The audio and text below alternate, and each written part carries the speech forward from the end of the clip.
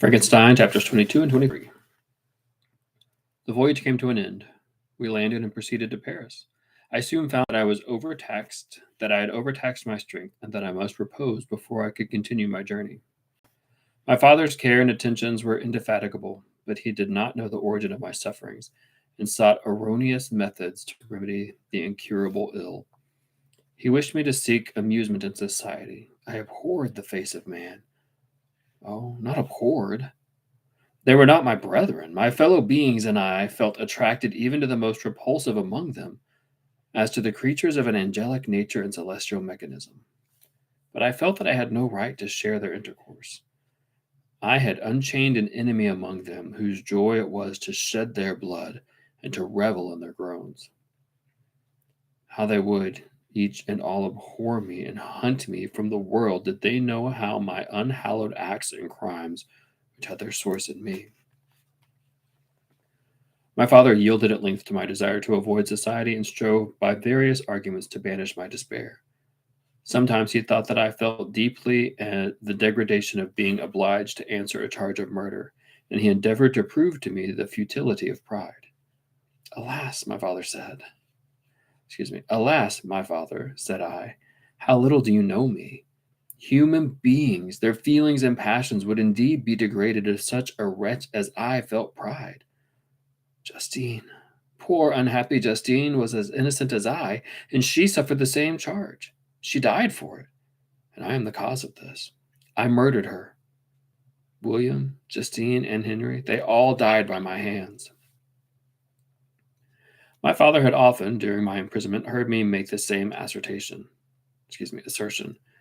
When I thus accused myself, he sometimes seemed to desire an explanation, and at others he appeared to consider it as the offspring of delirium, and that during my illness some idea of this kind had presented itself in my imagination, the remembrance of which I preserved in my convalescence. I avoided explanation and maintained a continual silence concerning the wretch I had created. I had a persuasion that I should be supposed mad, and this in itself would forever have chained my tongue. But besides, I could not bring myself to disclose a secret which would fill my hearer with consternation and make fear and unnatural horror the inmates of his breast. I checked, therefore, my impatient thirst for sympathy, and was silent when I would have given the world to have confided the fatal secret. Yet still, words like those I have recorded would burst uncontrollably from me. I could offer no explanation of them, but their truth in part relieved the burden of my mysterious woe. Upon this occasion, my father said, with an expression of unbounded wonder, "My dearest Victor, what infatuation is this? My dear son, I entreat you never to make such an assertion again." "I am not mad," I cried energetically. "The sun and the heavens who have viewed the operations can bear witness of my truth. I am the assassin of those most innocent victims. They die by my machinations. 1,000 times would I have shed my own blood, drop by drop, to have saved their lives. But I could not, my father. Indeed, I could not sacrifice the whole human race." The conclusion of this speech convinced my father that my ideas were deranged, and he instantly changed the subject of our conversation and endeavored to alter the course of my thoughts. He wished as much as possible to obliterate the memory of the scenes which had taken place in Ireland, and never alluded to them or suffered me to speak of my misfortunes. As time passed away, I became more calm. Misery had her dwelling in my heart, but no longer talked in the same incoherent manner of my own crimes. Sufficient for me was the consciousness of them. By the utmost self-violence, I curbed the imperious voice of wretchedness, which sometimes desired to declare itself to the whole world, and my manners were calmer and more composed than they had ever been since my journey of the Sea of Ice. A few days before we left Paris on our way to Switzerland, I received the following letter from Elizabeth. "My dear friend, it gave me the greatest pleasure to receive a letter from my uncle dated at Paris. You are no longer at a formidable distance, and I may hope to see you in less than a fortnight. My poor cousin, how much you must have suffered! I expect to see you looking even more ill than when you quitted Geneva. This winter has been passed most miserably. Tortured as I have been by anxious suspense, Yet I hope to see peace in your countenance and to find that your heart is not totally void of comfort and tranquility. Yet I fear that the same feelings now exist that made you so miserable a year ago, even perhaps augmented by time. I would not disturb you at this period when so many misfortunes weighed upon you, but a conversation that I had with my uncle previous to his departure renders some explanation necessary before we meet. Explanation, you may say. What can Elizabeth have to explain? If you really say this, my questions are answered and all my doubts are satisfied. But you are distant from me, and it is possible that you may dread and yet be pleased with this explanation. And in a probability of this being the case, I dare not any longer postpone writing what, during your absence, I have often wished to express to you, but have never had the courage to begin. You well know, Victor, that our union has been the favorite plan of our parents ever since our infancy.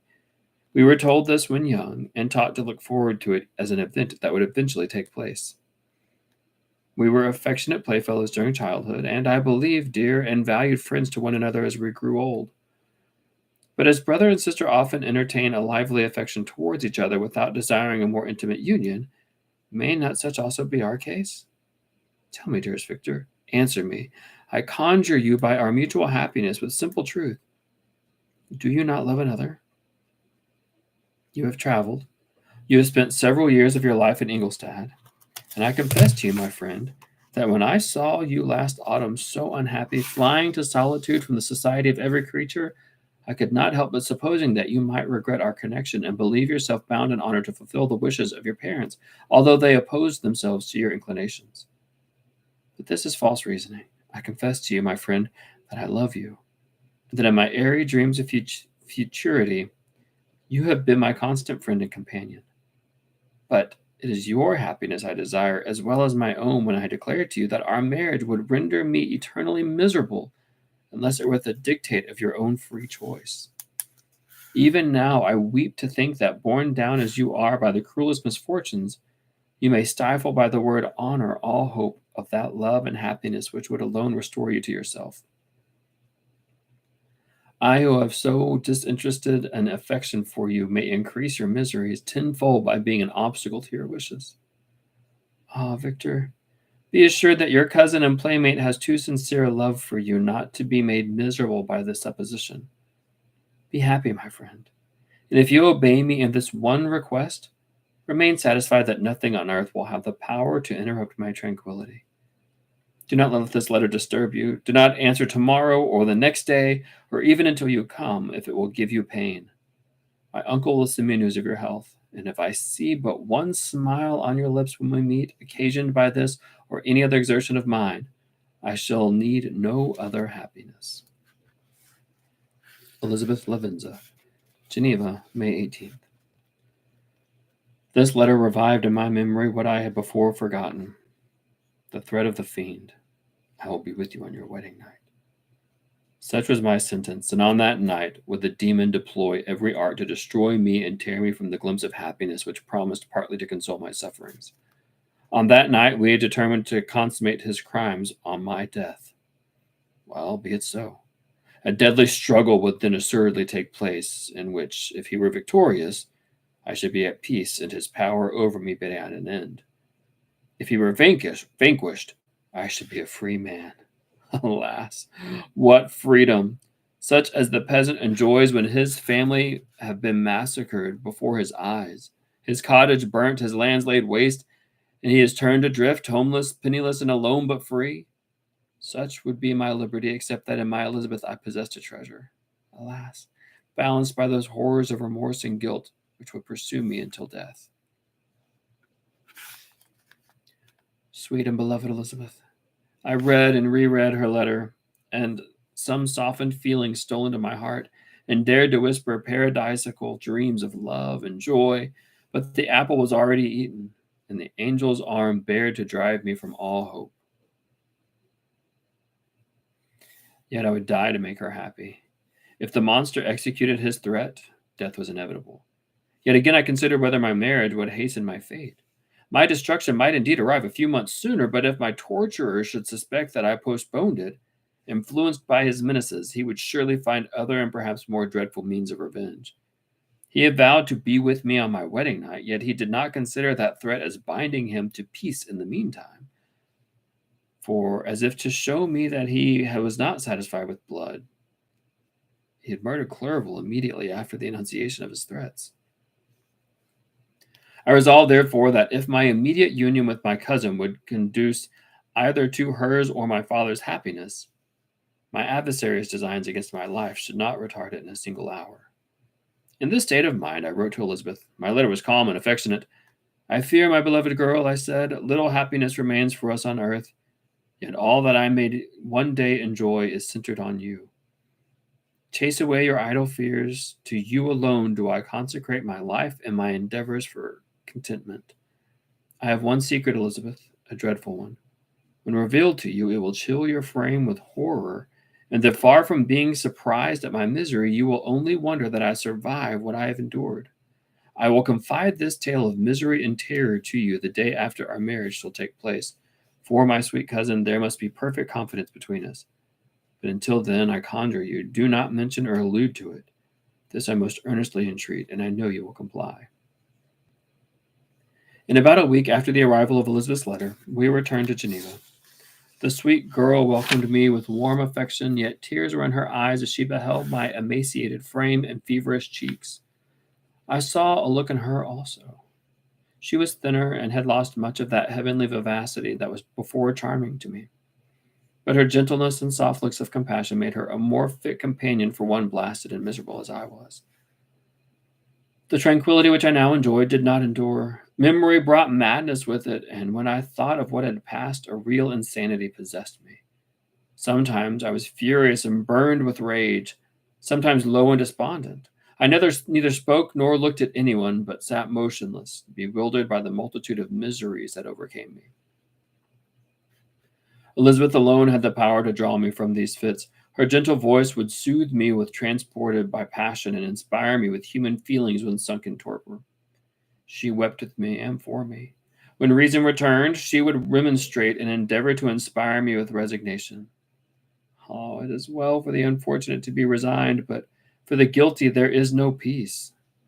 The agonies of remorse poison the luxury there is otherwise sometimes found in its indulging the excesses of grief. Soon after my arrival, my father spoke of my immediate marriage with Elizabeth. I remained silent. Have you then some other attachment? None on earth. I love Elizabeth and look forward to our union with delight. Let the day therefore be fixed, and on it I will consecrate myself in life or death to the happiness of my cousin. My dear Victor, do not speak thus. Heavy misfortunes have befallen us, but let us only cling closer to what remains and transfer our love for those whom we have lost to those yet who live. Our circle will be small, but bound close by the ties of affection and mutual misfortune. And when time shall have softened your despair, new and dear objects of care will be born to replace those of whom we have been so cruelly deprived. Such were the lessons of my father. But to me, the remembrance of the threat returned, nor can you wonder that, omnipotent as the fiend had yet been in his deeds of blood, I should almost regard him as invincible, and that when he had pronounced the words, I shall be with you on your wedding night, I should regard the threatened fate as unavoidable.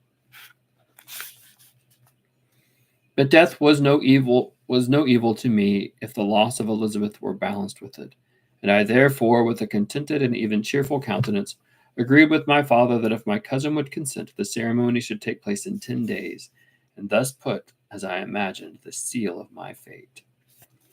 Great God! If for one instant I thought what might be the hellish intentions of my fiendish adversary, I would rather have banished myself forever from the native country and wandered a friendless outcast over the earth than have consented to this miserable marriage. But, as if possessed of magic powers, the monster had blinded me to his real intentions. And when I thought I had prepared only for my own death, I hastened that of a far dearer victim. As for the period fixed for our marriage drew nearer, whether from cowardice or a prophetic feeling, I felt my heart sink within me.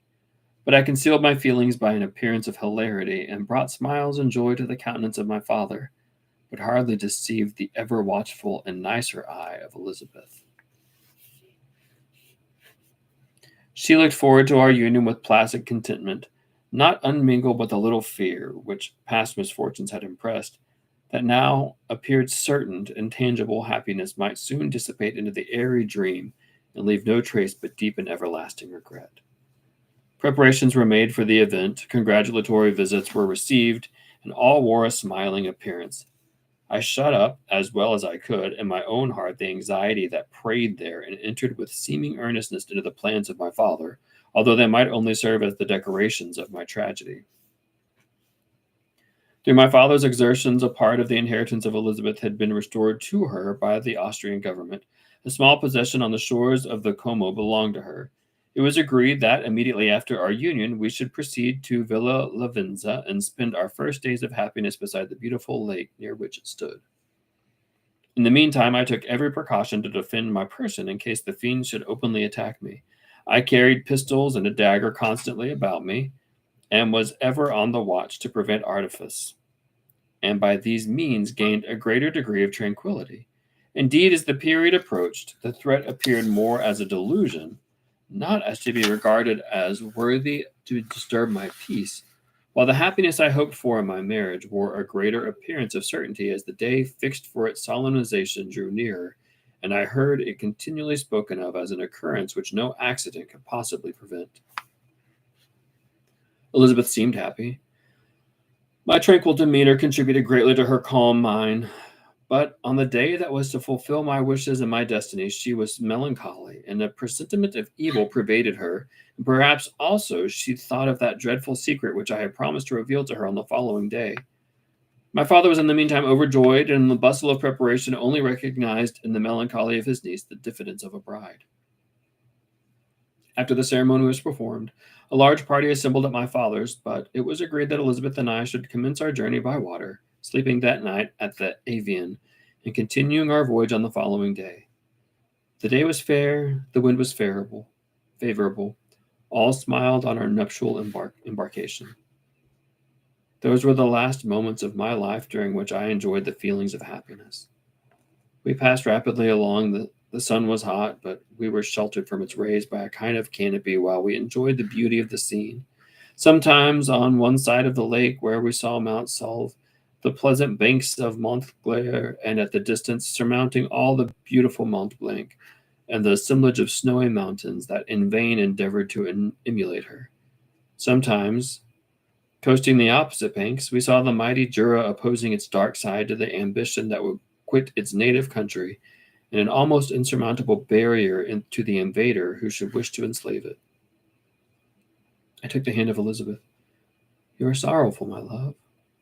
Ah, if you knew what I have suffered, what I may yet endure, you would endeavor to let me taste the quiet and freedom from despair that this one day at least permits me to enjoy. Be happy, my dear Victor, replied Elizabeth.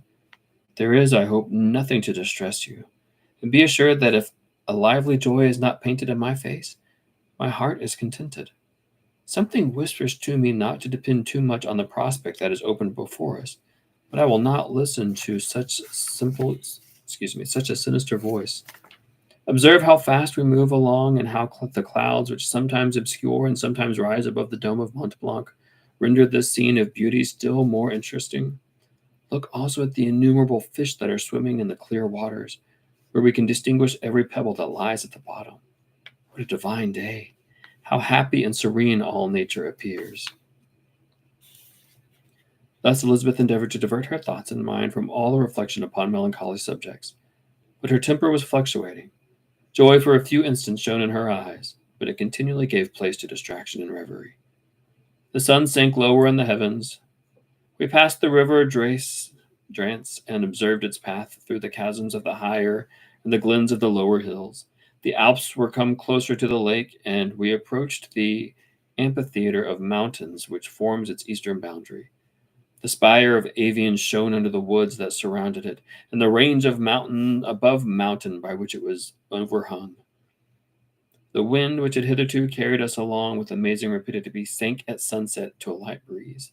The soft air just ruffled the water and caused a pleasant motion among the trees as we approached the shore, from which it wafted the most delightful scent of flowers and hay. The sun sank beneath the horizons as we landed. And as I touched the shore, I felt those cares and fears revive, which were soon to clasp me and cling to me forever. Chapter 23.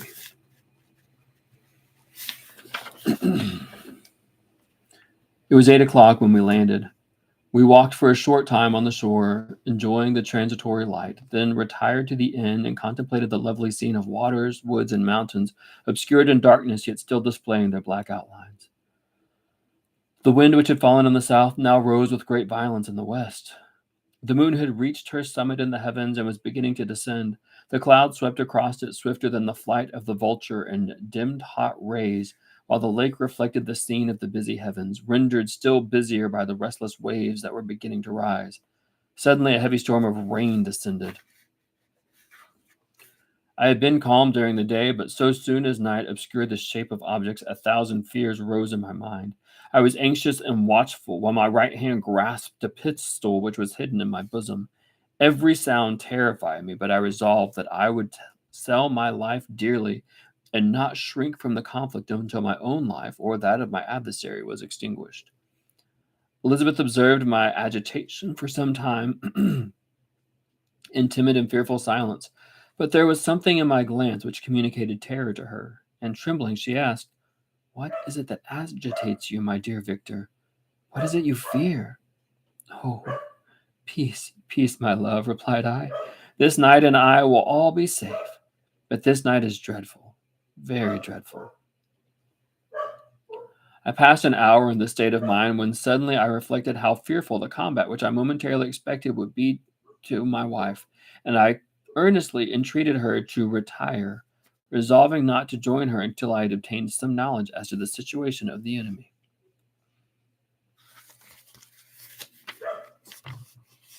She left me, and I continued some time walking up and down the passages of the house and inspecting every corner that might afford a retreat to my adversary. But I discovered no trace of him, and was beginning to conjecture that some fortunate chance had intervened to prevent the execution of his menaces, when suddenly I heard a shrill and dreadful scream. It came from the room into which Elizabeth had retired. As I heard it, the whole truth rushed into my mind. My arms dropped. The motion of every muscle and fiber was suspended. I could feel the blood trickling in my veins and tingling in the extensions of my limbs. This state lasted but for an instant. A scream was repeated, and I rushed into the room. Great God! Why did I not then expire? Why am I here to relate the destruction of the best hope and purest creature of earth? She was there, lifeless and inanimate, thrown across the bed, her head hanging down and her pale and distorted features half covered by her hair. Everywhere I turn, I see the same figure, her bloodless arms and relaxed form flung by the murderer on its bridal bier. Can I behold this and live? Alas, life is obstinate and clings close to us where it is most hated. For a moment only did I lose recollection. I fell senseless on the ground. When I recovered, I found myself surrounded by the people of the inn. Their countenances expressed a breathless terror, but the horror of others appeared only as a mockery, a shadow of the feelings that oppressed me. I escaped from them to the room where lay the body of Elizabeth, my love, my wife, so lately living, so dear, so worthy. She had been moved from the posture in which I had first beheld her, and now, as she lay, her head upon her arm and a handkerchief thrown across her face and neck, I might have supposed her asleep. I rushed towards her and embraced her with ardor, but the deadly languor and coldness of her limbs told me what I now held in my arms had ceased to be the Elizabeth whom I had loved and cherished. The murderous mark of the fiend's grasp was on her neck, and the breath had ceased to issue from her lips. While I still hung over her in the agony of despair, I happened to look up. The windows of the room had before been darkened, and I felt a kind of panic on seeing the pale yellow light of the moon illuminate the chamber. The shutters had been thrown back, and with a sensation of horror not to be described, I saw at the open window a figure, the most hideous and abhorred. A grin was on the face of the monster. He seemed to jeer as with his fiendish finger he pointed towards the corpse of my wife. I rushed towards the window and, drawing a pistol from my bosom, fired. But he eluded me, leaped from his station, and, running with the swiftness of lightning, plunged into the lake.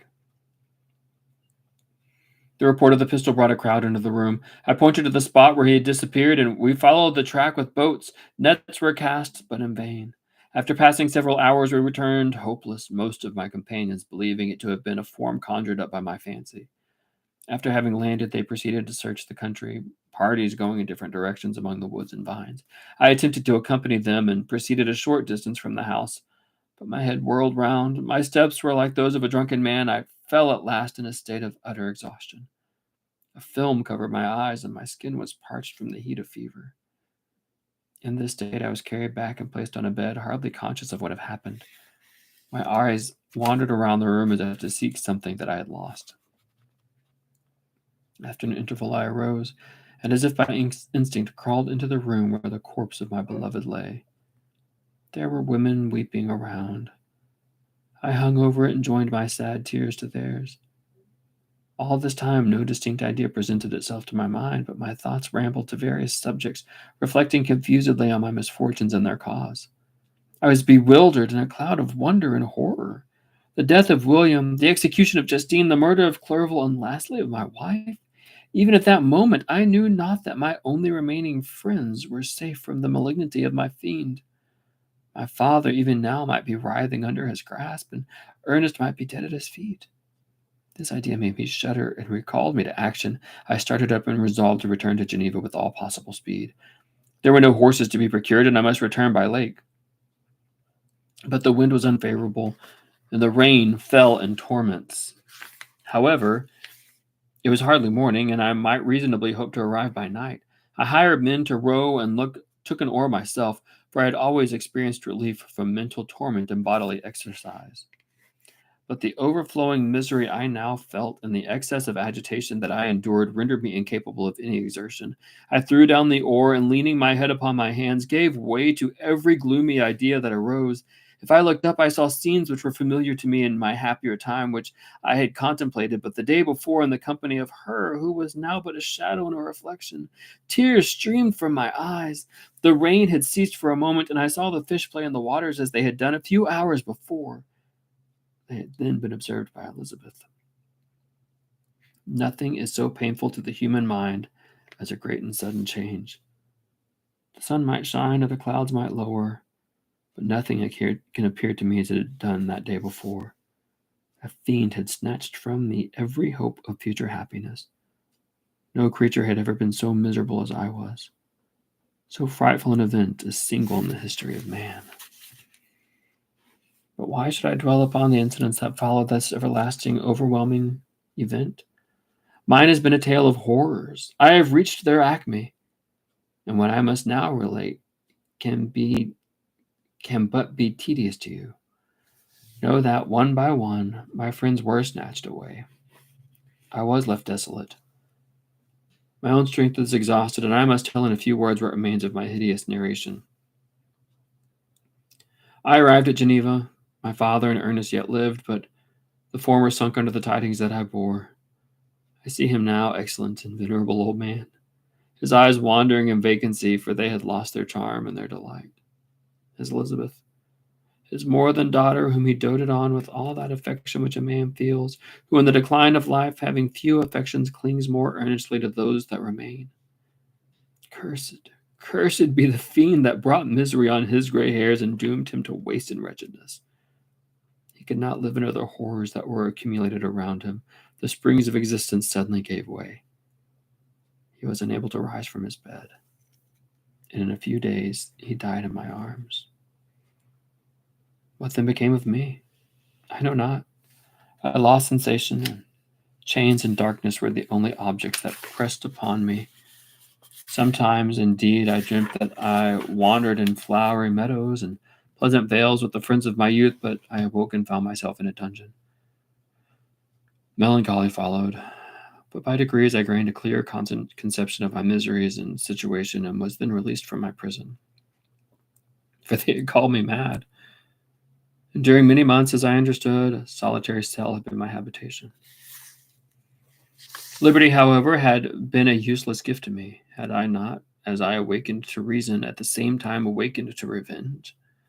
At the memory of past misfortunes pressed upon me, I began to reflect on their cause. The monster whom I had created, the miserable demon whom I had sent abroad into the world for my destruction.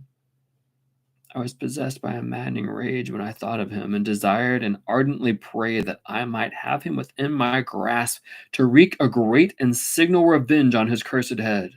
Nor did my hate long confine itself to useless wishes. I began to reflect on the best means of securing him, and for this purpose, about a month after my release, I repaired to a criminal judge in the town and told him that I had an accusation to make, that I knew the destroyer of my family, that I required him to exert his whole authority for the apprehension of that murderer. The magistrate listened to me with attention and kindness. "Be assured, sir," said he, "no pains or exertions on my part shall be spared to discover the villain." "I thank you," replied I. "Listen, therefore, to the deposition that I have to make. It is indeed a tale strange that I should fear you would not credit it, were it not something in truth which, however wonderful, forces conviction. The story is too connected to be mistaken for a dream, and I have no motive for falsehood." My manner as I thus addressed him was impressive but calm. I had formed in my own heart a resolution to pursue my destroyer to death. This purpose quieted my agony, and for an interval reconciled me to life. I now related my history briefly, but with firmness and precision, marking the dates with accuracy and never deviating into invective or exclamation. The magistrate appeared at first perfectly incredulous, but as I continued, he became more attentive and interested.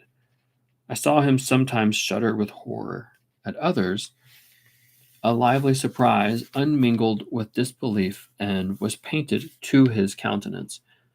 When I had concluded my narration, I said, "This is the being whom I accused, and for whose seizure and punishment I call upon you to exert your whole power.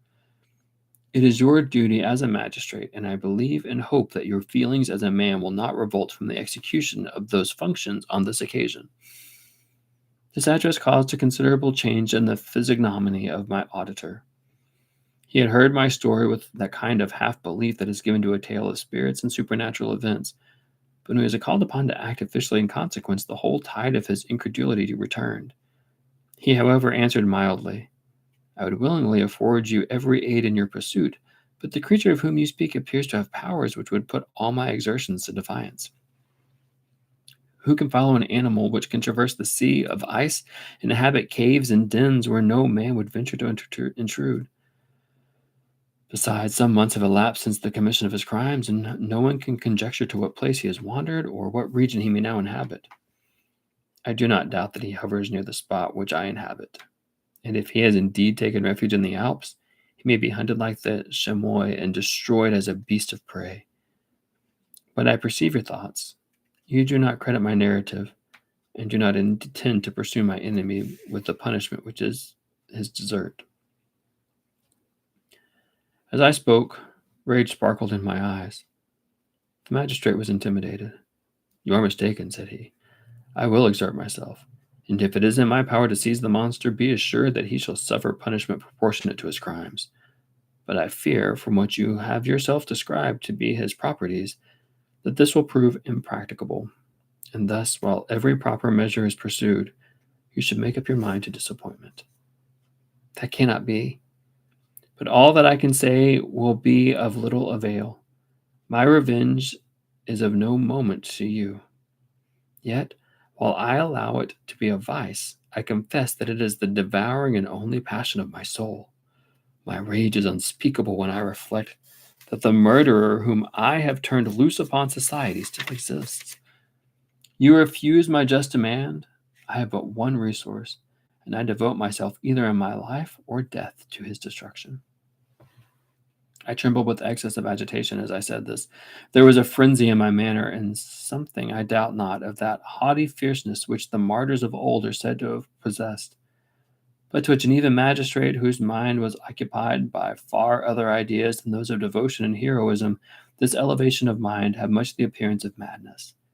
He endeavored to soothe me as a nurse does a child, and reverted to my tale as the efforts of delirium.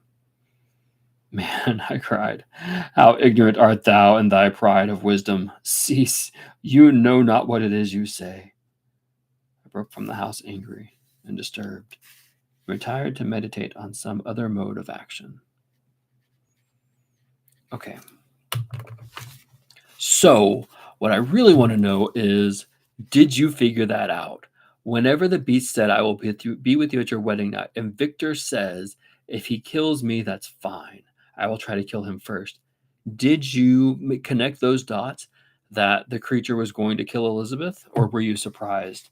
There wasn't a whole lot of foreshadowing until we actually got into chapter 23. Excuse me. So in chapter 23, he's sailing home. He is miserable. He's filled with desires for self-violence. He realizes that he has unleashed this creature on the world, and he receives this letter from Elizabeth in which she is declaring her love, but she accepts the fact that maybe Victor is in love with someone else. And she would be miserable to find out that he had committed himself to her if he was in love with someone else. And of course, Victor responds that that is not the case. There is this beautiful allusion to Adam and Eve in the Garden of Eden when he says, and dared to whisper paradisiacal dreams of love and joy, but the apple was already eaten, and the angel's arm bared to drive me from all hope. What a beautiful allusion to the Garden of Eden, the fall of man, Adam and Eve, and the apple, or the fruit.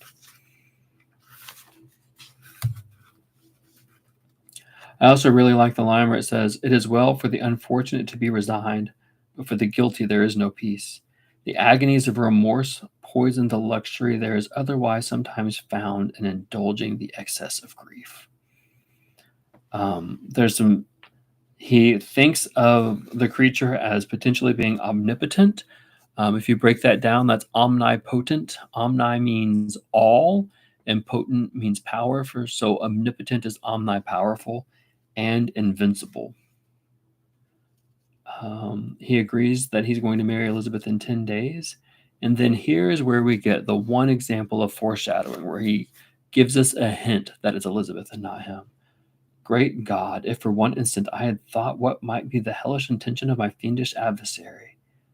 So here he talks, and then he ends that paragraph with, I hasten that of a far dearer victim. So this is where it tells us a little hint in foreshadowing that it's not going to be him, that it's going to be Elizabeth who's killed. And then he says, but I concealed my feelings by my appearances of hilarity that brought smiles and joys to the countenance of my father. Some of us do this when things are bad. We turn to jokes and humor to try to hide our true feelings. Another great example of how Mary Shelley was such a great writer and expressing the human condition that we can relate to even 150 years, almost 200 years later. He starts carrying a gun and a dagger with him. He's preparing himself for battle on his wedding night.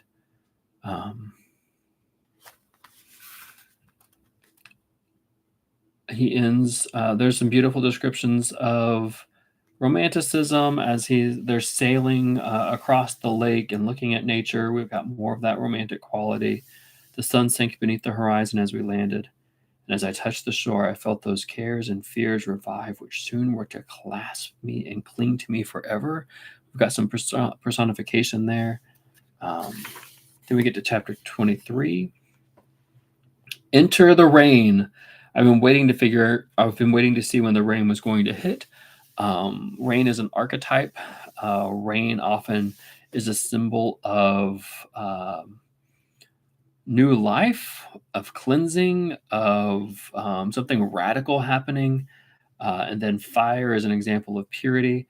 Lion King is a great example of that. Spoiler alert for this 30-plus-year-old movie. But at Pride Rock, whenever Simba is fighting with Scar, and there's fire, and it's purifying Pride Rock, and then Simba survives and wins, and then the rain comes and purifies Pride Rock. Here we have the culmination of the story, and of course, rain is pouring down as the creature is going to show up and murder Elizabeth. This is what changes everything for Victor. He is convinced that he's going to be the one that dies, and he doesn't want her to see the creature, so he sends her off to the room by herself. And then he hears her screaming, "Great God, why did I not then expire?" If you've ever experienced grief or a loss, sometimes you wonder how you can survive that. He doesn't understand how he survived her death. And I really think this is the most gruesome scene in the whole book. A lot of things are alluded to and hinted to, but again, it's the mid 1800s. Mary Shelley isn't going to push the bar too many times. But here she talks about um, her distorted features covered by her hair, her head hanging down, inanimate, her body inanimate, lifeless, thrown across the bed, her bloodless arms, her relaxed form flung by the murderer on its bridal bier. He says life is obstinate and clings closest where it is most hated. For a moment only did I lose recollection. I fell senseless to the ground. And then when he wakes up, he sees the creature standing at the window, smiling and pointing. Starts raining again. Then we have another example of the frame story where Victor is speaking directly to Robert Walton. He says, "But why should I dwell upon the incidents that followed this last overwhelming event? Mine has been a tale of horrors. I have reached their acme, their high point. And what I must now relate can be but tedious to you," talking to Robert. "Know that one by one my friends were snatched away. I was left desolate. When he comes home and he tells his father what happened to Elizabeth, his father dies within a few days of a broken heart. Months pass, and then he decides to seek revenge. He goes and tells the magistrate his story, hoping to get the magistrate to support him. We see the word incredulous here. It's another great word that I like to break down. The root word of incredulous is the same as the root of the word incredible. CRED, cred, means belief. So incred means not belief. So incredible literally means it's so amazing or so terrible that it cannot be believed. So when you say, "Man, that's incredible. It's so great. It can't be believed." Um, Here, the magistrate appeared at first to be perfectly incredulous, so not able to believe. And then we come down to the last chapter of the book. So we'll meet together one more time to read chapter 24. Love you dearly. Thank you for joining. We'll catch up and finish it off here pretty soon.